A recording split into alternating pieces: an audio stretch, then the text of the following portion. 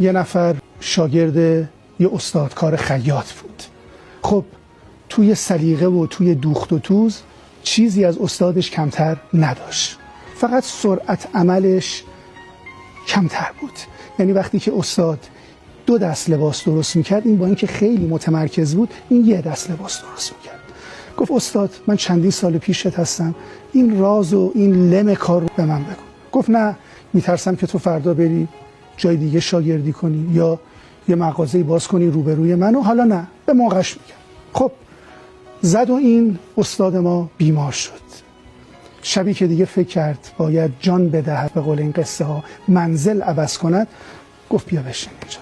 گفت داستان این بود که تو نختو بلند میگرفتی، تا تو با این نخ بلند میخواستی یه کوک بزنی، من با نخ کوتاه 2 تا کوک میزدم، پس باید نخ تو کوتاه کنی.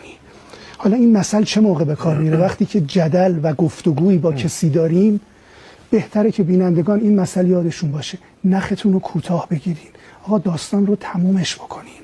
ببینید سعدی 800 سال پیش چجوری نخ و کوتاه گرفت. گفت یکی را ز عشق داد دشنام، تحمل کرد و گفت ای خوب فهم. بدتر زانم که خواهی گفتنانی، که دانم ای به من چون من ندانی. آقا تو درست میگی، من از اون چیزی که تو میگی بدترم هستم. ببین بازی رو تموم میکنه و داستان رو تموم میکنه. بینندگان از حالا به بعد دیگه 1 به 2 نکنن، نخ و کوتاه کنن. نخ و کوتاه.